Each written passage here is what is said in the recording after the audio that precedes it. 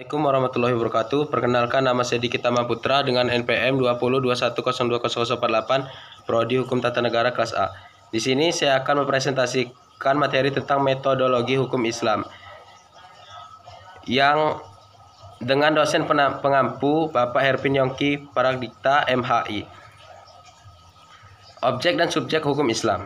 Hukum dalam konsep ilmu usul fikih dibagi dua macam, yaitu hukum taklifi dan hukum wadi. Secara terminologi, hukum adalah kitab Allah yang berhubungan dengan perbuatan mukallaf dalam bentuk al-iqtida, al-takhir, dan al-wa'id. Yang dimaksud dengan kitab adalah firman Allah yang berupa perintah-perintah atau larangan-larangan.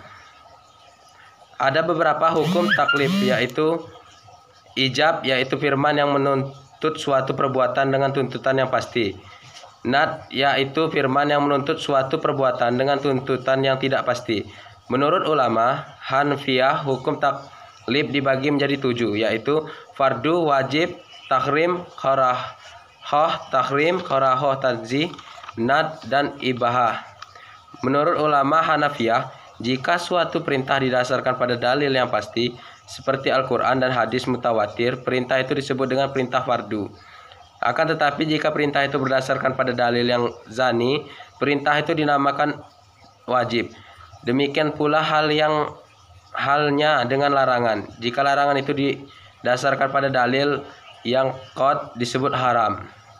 Hukum wadi ialah firman Allah yang menjadikan sesuatu sebagai sebab adanya yang lain, musabab, atau sebagai syarat yang lain, masyurut, atau sebagai penghalang, mani, adanya yang lain. Hukum wadi dibagi 3, yaitu sebab, syarat, dan mani. Tafsir, salah satu metode pengalihan hukum Islam. Al-Quran dan Sunnah diyakini sebagai sumber hukum Islam. Kemudian nas-nas yang terkandung di dalamnya ditujukan untuk mukhalaf. Maka untuk mempermudah pelaksanaan hukum yang dimaksud, upaya ulama di bidang usul fikih dan bidang fikih mulai menggunakan pendekatan rasio dalam menggali makna dan maksud yang dikandung oleh kedua sumber hukum tersebut. Al-Quran sebagai sumber hukum Islam. Ada kalanya ayat-ayat tersebut saling menafsirkan karena adanya munasabah al-ayah, tetapi tidak jarang ayat-ayat tersebut membutuhkan hadis untuk melaksanakannya atau melakukan pendekatan ijtihad yang sepenuhnya menggunakan rasio. Ijtihad sebagai metode penggalian hukum Islam. Ijtihad berasal dari kata jahada, artinya al-makayah, sulit, berat, susah, atau sukar. Menurut Rahmat Syafi'i, secara etimologis kata ijtihad artinya kesulitan dan kesusahan. Juga diartikan dengan kesanggupan dan kemampuan. Kata juhda yang selanjutnya menjadi ijtihad diartikan sebagai pekerjaan yang dilakukan dengan sungguh-sungguh dan mengerahkan semua tenaga. Ijtihad ialah usaha maksimal untuk mendapatkan sesuatu. Jika tidak sungguh-sungguh tidak dapat disebut ijtihad, melainkan takfir, berpikir biasa dan sederhana.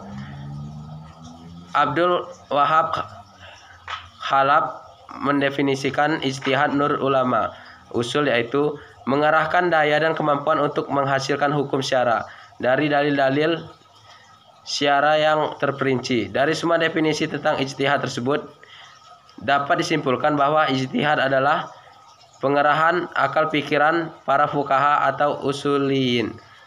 2. Menggunakan akal dan dengan sungguh-sungguh.